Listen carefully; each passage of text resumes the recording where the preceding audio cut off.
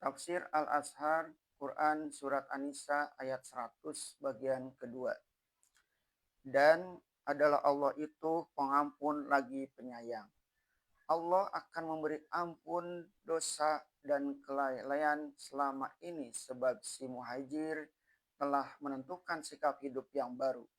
Dia telah menang atas dirinya sendiri dan Allah Maha Sayang kepadanya.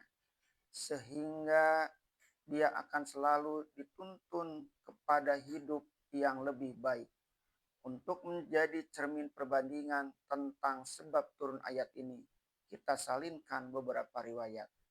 Satu diriwayatkan oleh Ibnu Abi Hatim dan Abu Ya'la dengan isnad yang jayyid dari Ibnu Abbas. Seorang sahabat bernama Dumroh bin Jundub ingin hijrah ke Madinah, sedang dia telah tua. Lalu dia berkata kepada anak-anaknya, "Gotong aku, bawa aku keluar dari bumi musyrik ini dan bawa aku kepada Rasulullah Shallallahu Alaihi Wasallam."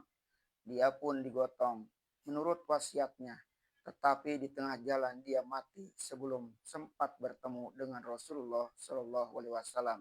Maka turunlah wahyu ini bahwa pahalanya telah tersedia di sisi Allah. Dua, riwayat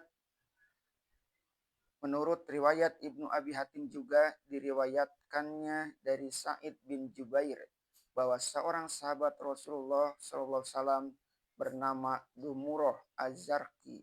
Matanya telah lama kurang melihat dan badannya lemah. Dia tinggal di Mekah. Turunlah ayat 99 tersebut di atas tadi. Bahwasanya yang diberi maaf tinggal di Mekah hanyalah orang-orang yang lemah dari laki-laki dan perempuan-perempuan atau anak-anak. Mendengar ayat ini, Dumaroh tua merasa keberatan dikatakan termasuk orang lemah. Dia berkata, "Saya seorang yang kaya raya dan saya cukup mempunyai daya upaya." Lalu dia pun bersiap hendak menuruti Nabi ke Madinah. Tetapi ternyata bahwa yang keras hanya semangat saja. Kekuatan tak ada lagi. Baru saja sampai di Tanim di luar kota Mekah. Sampailah ajalnya. Dan ayat ini memberi janji bahwa Allah telah menyediakan pahala mulia untuknya. Tiga, Ibnu Sa'ad meriwayatkan pula di dalam kitabnya At-Tabaqat dari Yazid bin Abdullah bin Qusaid bahwa seorang bernama Jundab bin Dumroh Ad-Damri tinggal di Mekah. Ketika orang beriman berbondong pindah ke Madinah, dia sedang sakit. Lalu dia berkata kepada anak-anaknya, "Keluarkan aku sekarang juga dari Mekah ini. Mati aku rasanya diterkam, susah di sini." Lalu anak-anaknya bertanya, "Kemana ayah hendak kami bawa?"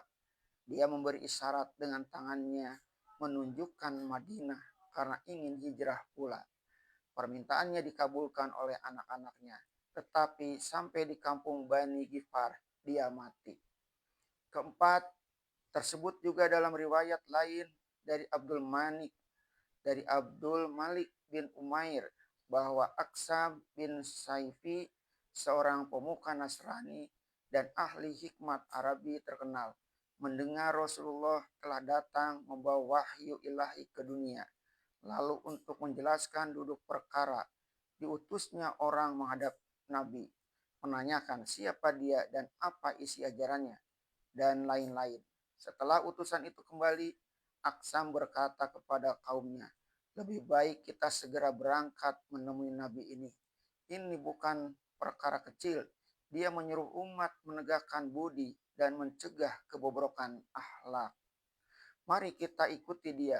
Lebih baik kita turut pada kepala, jangan kita memilih jadi ekor. Sebab itu kita mengaku kerasulannya sekarang juga." Demikian kata Aksam, pujangga Arab terkenal itu. Lalu dia naik ke atas untanya dan berangkat menuju Madinah. Sayang, di tengah jalan dia ditimpa sakit lalu meninggal. Demikianlah kita nukilkan beberapa riwayat tentang sebab turunnya ayat yang berbagai jalan kisahnya tetapi sama maksud isinya, yang menunjukkan betapa orang yang telah membulatkan niat hendak hijrah daripada hidup syirik kepada hidup tauhid dan dibuktikan sekali dengan perbuatan, tetapi sayang mereka mati sebelum maksud terkabul.